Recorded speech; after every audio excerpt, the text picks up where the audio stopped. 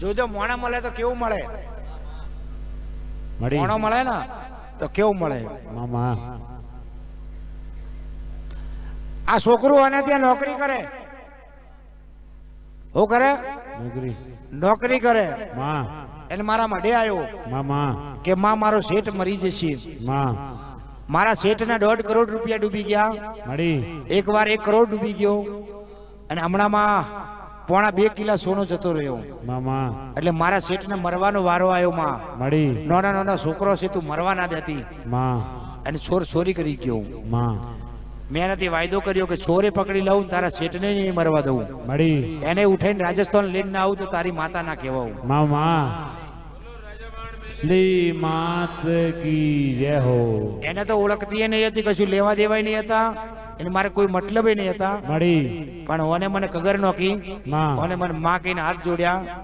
અને શેઠ હતું એ કોઈ હગો નહીં કે કોઈ વાલો નહીં, પણ શેઠ ની ભલામણ કરવા મારા મંદિરમાં આવ્યો કે મારો શેઠ છે માં, એના ઘેર અન્ન ખાધેલું છે માં.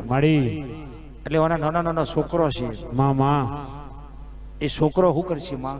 એટલે મારા શેઠ ને તું મરવા ના દેતી. એને ઉઠાઈ રાજસ્થાન લઈને આવી. એને મેં માતાએ કહ્યું કે ગોડા અબાળ, તારી દુકાને તારા 2 કરોડ રૂપિયા મોંઘતા છે, તારી દુકાને કોઈ ઉઘરાણી કરવા આવે તો મારું નામ મેલડી ના કહેવાય. તારી દુકાને જઈને મને બિહાડતી છે, મારો દીવો ભરજે. એને મને મેલડી ને એવું કહેજે કે મેલડી આ દીવામાં રહેજે માં, જો જતી નહીં.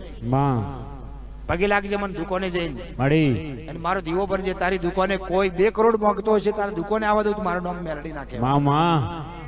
એને પૂછો કે તારી દુકાને આજ સુધી કોઈ આવ્યો રૂપિયા લેવા?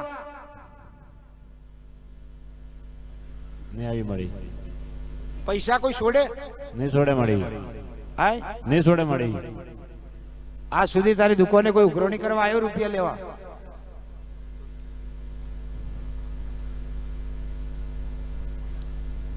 નહીં તો એને દુકાન થી ઉઠી જાય. જા તો જાત પૈસા વાળા મારવાડી છે. બેન ઠોક ના તો તારી બોન નો મારું હટ બેન ઠોક કે એ મારવાડીઓ નો કોમ. મામા પણ હવાળ તારો દેવો ભરવાના આવું તો મારું નામ મેલડી ના કહેવાય. મામા